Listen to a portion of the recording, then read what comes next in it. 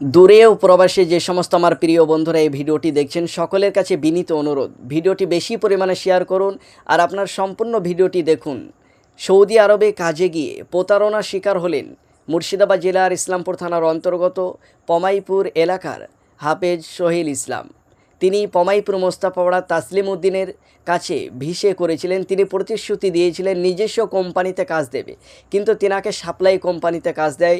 সেখানে গিয়েই তিনি প্রতারণার শিকার হন এবং সৌদি পুলিশের কাছে অ্যারেস্ট হন এবং 11 দিন জেল খেটেছেন। 1 বছর 7 মাস তিনি সৌদি আরবে ছিলেন। তিনি বাড়িতে ফিরেছে এবং তিনি কি অভিযোগ করছে সেটা প্রতারণার শিকার কে করলেন? এই তো আমাদের তাসলিম উদ্দিন মোস্তফা পাড়ার। তাসলিম উদ্দিন, তিনি কি রেগুলার এই ভিসা দেয়? হ্যাঁ, রেগুলারই দিচ্ছে, ছেলেপিলাকে রেগুলারই দিচ্ছে, কিন্তু যত দিচ্ছে তার মধ্যে কতজন এরকম প্রতারণার শিকার? আমার সঙ্গে ওয়ার পাঠানো, আমার সঙ্গে যতজন পরিচিত হয়েছে ওখানে গিয়ে বা এখন পর্যন্ত যতজন আমি দেখেছি, ওর যতজন পাঠানো তার মধ্যে কেউ ভালো নেই, সবাই সেম প্রবলেমে, সেম প্রবলেমে। ওই 1 মাস 2 মাস কাজ করছে আর বসে থাকছে, কোনো কাজের সিস্টেম নেই, আকামাও বানাই না। বিষয় হচ্ছে আমি সোহেল রানা, আমার বাড়ি পমাইপুর লোকমানের মোড়। তো আমি গত 1 বছর 7 মাস আগে আমি সৌদি গিয়েছিলাম। এখানে মোস্তফা পাড়া তাসলিম উদ্দিন নাম তার এজেন্টের নাম। তো সে পাঠিয়েছিল আমাকে সৌদি, নিজস্ব কোম্পানি এই বলে পাঠিয়েছিল। আমিও বলেছিলাম যে কি নিজস্ব কোম্পানি ছাড়া কাজে যাব না। তো নিজস্ব কোম্পানি বলে কাজে পাঠিয়েছিল, কিন্তু ওখানে গিয়ে দেখি সাপ্লাই কোম্পানি। ওখানে কোম্পানির কোনো ঠিক ঠিকানা নাই, সাপ্লাই কোম্পানি। মানুষ কাজে যাচ্ছে ওই কোম্পানিতে আশা করে, কিন্তু ওখানে গিয়ে বসে থাকতে হচ্ছে। 2000-3000 ছেলেপিলে সব বসে আছে, কোনো কাজ নাই। প্লাস যাদেরকে কাজ দিচ্ছে তাদের আকামা ঠিকঠাক বানাচ্ছে না, আকামা বানায়নি। আমার যেমন 7 মাস 8 মাস আকামা বানায়নি, ওই জন্য যেটুকু কাজ করছিলাম সেই কাজ থেকে আমাদেরকে বের করে দিয়েছে। এদিকে প্রথমে গিয়ে তো 1 মাস বসেই ছিলাম, কাজ পেয়েছিলাম না। তারপরে এই তো 1 বছর কাজ করার পর আবার এই তো 6 মাস থেকে বসেছিলাম, কোনো কাজ নাই, কিছু নাই। তারপরে কোম্পানি বলল যে কে এক্সিট যেতে চাইলে পাসপোর্ট জমা দে, তাই বললো। তো আমরা পাসপোর্ট জমা দিয়েছিলাম, তারপর এক্সিটও লাগাইনি। তো আমি তারপর আবার আমাদের এজেন্ট তাসলিমকে জানালাম যে এই বিষয়, তো এক্সিট দিছে না, এক্সিট দিতে চেয়ে তো কি করা যায়। তো ও বললো যে কি 1 মাস কাজ কর, আমি এক্সিটের ব্যবস্থা করছি, তাই বললো। তো আমিও বললাম ঠিক আছে, তাহলে 1 মাস কাজ করছি। তারপরে আবার 2 সপ্তাহ বসে আছি, কোনো কাজ দিল না।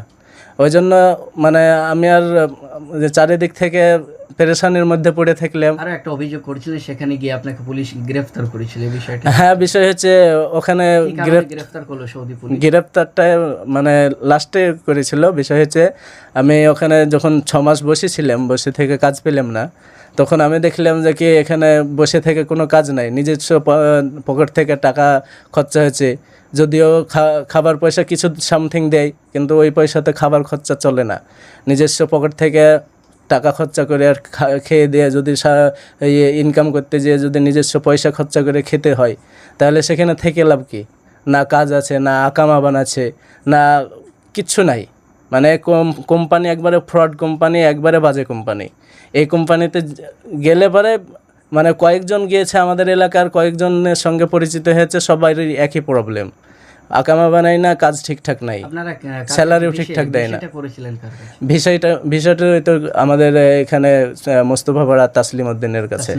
হ্যাঁ, যদিও আমার ফ্রেন্ড হিসেবে হয়েছে, তারপরেও আমার সঙ্গে এইসব মানে করেছে, ঠিকঠাক কাজটা দেয়নি, প্রতারণার শিকার। হ্যাঁ, প্রতারণার শিকার। যাই হোক, তো শেষ পর্যন্ত কি হলো, যখন দেখলাম যে এখানে বসে থেকে কোনো কাজ হবে না, তখন আমরা পালিয়ে গেলাম।